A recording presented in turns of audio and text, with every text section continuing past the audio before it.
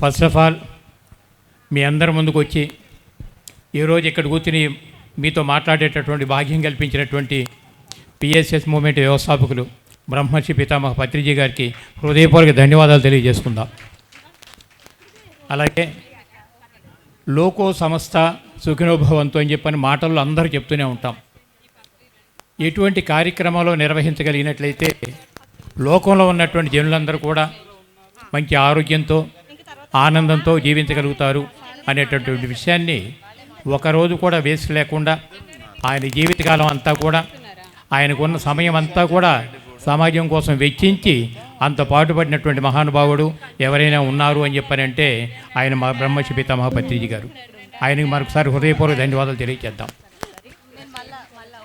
అటువంటి పత్రిజీ ఫిజికల్గా మన ముందు ఉన్నా లేకపోయినా ఆయన యొక్క చైతన్యం మనందరినీ వెనకాల ఉండి నడిపిస్తున్న సంగతి మనందరికీ ఎట్లాగో తెలుసు. అదేవిధంగా ఇప్పటి వరకు చక్కని జ్ఞాన సందేశం ఇచ్చినటువంటి మరి హిమాలయ యోగి అయినటువంటి సదానందగిరి స్వామీజీ వారు చక్కని సందేశం మనకి ఇవ్వటం అంటే పత్రిజీ ఫిజికల్గా లేకపోయినప్పటికీ మరి స్వామీజీ మొదట్లో పత్రిజీని కొంతవరకు వ్యతిరేకించినప్పటికీ తర్వాత ఎందుకు నేను వ్యతిరేకిస్తున్నాను, సమాజంలో లక్షల మంది కోట్ల మంది పిఎస్ఎస్ మూమెంట్లో పిరమిడ్ల మాస్టర్లుగా ఇంత ఎదుగుతున్నారు, నేను పొరపాట అక్కడ పొరపాట అని చెప్పని మరొకసారి పునః పరిశీలన చేసిన తర్వాత అప్పుడు పత్రిజీ యొక్క అంతరార్థం ఏమిటో, ఆయన తీసుకున్నటువంటి కాన్సెప్ట్లో ఉన్నటువంటి గొప్పతనం ఏమిటో అవన్నీ కూడా గ్రహించి ఆ పిరమిడ్ ఏంటో పిరమిడ్ ఎనర్జీస్ ఏమిటో ప్రాక్టికల్గా అనుభవించిన తర్వాత నేను కాదు చిన్న పొరపాటు నేనే పడ్డాను తప్ప పత్రిజీ ఆయన ఎంతో గ్రేట్ మాస్టర్ అని చెప్పని ఆయన ఆమోదాన్ని తెలియజేస్తూ ఫిజికల్గా ఆయన లేని లోటు ఇంతవరకు తిరిగి ఊరూరా వాడవాడ కూడా తిరిగి మన కాన్సెప్ట్ని స్ప్రెడ్ చేస్తున్నారంటే హృదయపూర్వక ధన్యవాదాలు మన స్వామీజీ గారికి అందించాలి. అందరూ గట్టిగా. ఇందాక మన ముందు మేడం గారు అన్నారు పాత్ర పోషణ అని చెప్పన్నప్పుడు స్టేజ్ మీద ఒకటో కృష్ణుడు పాత్ర పోషించినప్పుడు రెండో కృష్ణుడు కింద కూర్చుని చూస్తూనే ఉంటారట. ఒకటో కృష్ణుడు పాత్ర అయిపోయిన తర్వాత ఆయన కిందకి దిగి చూస్తుంటే రెండో కృష్ణుడు పైకెక్కి ఆయన పాత్ర ఆయన పోషిస్తుంటారు.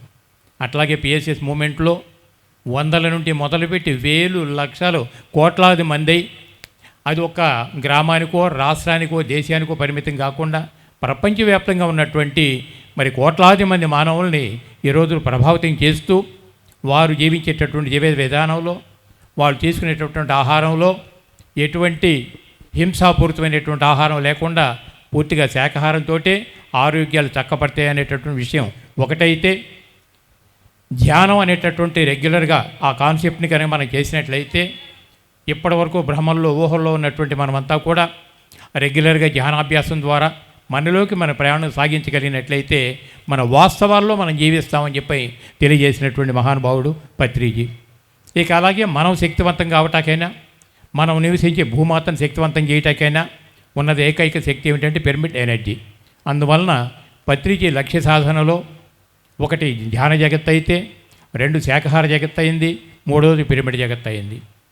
బట్ ఆయన లక్ష్యం ఎంత గొప్పగా ఉన్నదంటే ధ్యాన జగత్ అనేటటువంటి లక్ష్యంలో ఫిజికల్గా ఆయన ఉన్నా లేకపోయినా మరి ప్రతి సంవత్సరం డిసెంబర్ 21వ తారీఖు ప్రపంచ ధ్యాన దినోత్సవం కింద ఐక్యరాజ్య సమితి డిక్లేర్ చేస్తూ 193 దేశాలు ఆమోదించగలిగినాయి అంటే ఆయన సంకల్పం ఎంత బలంగా ఉందో మనందరికీ కూడా అర్థమవుతుంది. అంటే ఆయన లక్ష్యంలో ఒకటైనటువంటి ఆ ధ్యాన జగత్ అనేటటువంటిది ఒక విధంగా మనం పూర్తి అయిపోయినట్లు లెక్కే. ఎంతమంది దాన్ని స్వీకరించి జీవితంలో అప్లై చేస్తారు, ఎంతమంది చేయలేరు అనేది ఎవరి స్వవిషయం వాళ్ళకు ఉంటుంది. ఇక రెండవది శాకాహార ర్యాలీ. ఇవాళ ప్రపంచవ్యాప్తంగా ఇక్కడ మొదలైనటువంటి ఉద్యమం ఎన్ని చోట్ల మన శాకాహార ర్యాలీలు ప్రతి నెల ఇటు ఆంధ్రప్రదేశ్లో కానీ అటు తెలంగాణలో కానీ ఉధృతంగా ఒక ఉద్యమ స్ఫూర్తిలో జరుగుతున్నాయనంటే పత్రిజీ ఇచ్చినటువంటి స్ఫూర్తి ఎట్లా మనల్ని ప్రభావితం చేస్తుందో తక్కువని విషయం కాదు ఈరోజు. మరి అట్లా ఇంకా రాబోయే రోజుల్లో పిరమిడ్ జగత్తు. కాబట్టి ఇక శాకాహార జగత్తు కూడా అతి త్వరలో మనకు వచ్చి తీరుతుంది, సందేహమే మనకు అక్కర్లేదు. ఇక తర్వాత పిరమిడ్ ఎనర్జీ మనకి. అందువలన పత్రిజీ ఆనాటికి ఈనాటికి చెప్పేది ఒకటే, ఎటువంటి సెంటిమెంట్స్ దేనితోటి మనం కూరుకుపోకుండా spirituality means it's a pure science. ఆధ్యాత్మికత అనేది ఒక శాస్త్ర ప్రమాణానికి అనుకూలంగా ఉంది. నేను దాని మీద ఫోకస్ చేశాను కాబట్టి నేను ఒక ఆధ్యాత్మిక శాస్త్రవేత్తగా ఎదిగాను. కాబట్టి మీలో ఎవరైనా సరే అదేవిధంగా ఫోకస్ చేయగలిగినట్లయితే మీరు కూడా ఆ స్థాయికి ఎదుగుతారు. ఇవాళ అందువలన ఎవరు ఎక్కువ తక్కువ కాదు, మన అందరికీ మధ్యలో ఉండాల్సినటువంటి ఓన్లీ మిత్రత్వమే అనేటటువంటి ఆ సంఘీభావాన్ని, ఆ మిత్రత భావాన్ని మనందరికీ ఏర్పాటు చేసి మరి ఆయన మనందరినీ నడిపిస్తున్నారంటే తక్కువని విషయం కాదు. కాబట్టి బట్టి ఇవన్నీ కూడా చక్కగా జాగ్రత్తగా మనం అంతా కూడా గమనిస్తూ వారు ఇచ్చినటువంటి జ్ఞానానికి పెద్దపీట వేసి, అంటే ఇంటింటి రామాయణం అని ప్రతి ఇంటికి ఒక రామాయణం ఉంటుంది. అంటే ఒక సమస్య, అది చిన్నది కావచ్చు పెద్దది కావచ్చు. అజ్ఞానంలో మనం ఉన్నామనుకోండి, ప్రతి చిన్న సమస్య కూడా పెద్దదిగా కనపడుతుంది. జ్ఞానపరంగా ఎదిగామనుకోండి, పెద్ద పెద్ద సమస్యలు కూడా చిన్నగా మనం దులిపేసుకుంటూ అయిపోతుంటాయి. అది జ్ఞానానికి ఉన్నటువంటి అవకాశం. అట్లా మనమంతా కూడా ఏ సమస్యలు తీరటం కోసం దీనిలోకి వచ్చినా, ఎటువంటి ఆరోగ్యాలు తక్కపరుచుకోవటం దీనిలోకి వచ్చినప్పటికీ కూడా దీని తర్వాత ఇక కంటిన్యూ చేస్తున్నట్లయితే మనలోకి మన ప్రయాణం సాగించి మనమంతా కూడా దివ్యాత్మ స్వరూపులుగా ఉంటూ, ఏదైతే నేను ఒక ఆధ్యాత్మిక శాస్త్రవేత్తనని పత్రిజీ చెప్పారో, మనం కూడా మనందరం కూడా ఒక ఆధ్యాత్మిక శాస్త్రవేత్త స్థాయికి ఎదగాలని ఈ ఉగాది సందర్భంగా మనమంతా ఒక చక్కని నిర్ణయం తీసుకున్నట్లయితే, ఇది ఉగాది అన్నప్పుడు సంవత్సరానికి ఆది మొదలతోటి అవుతుంది. ఈ మొట్టమొదటి చేసేటటువంటి ఈ భాగ్యం వశిష్ఠ గౌతమికి రావటం మనందరికీ కూడా చక్కని అవకాశం.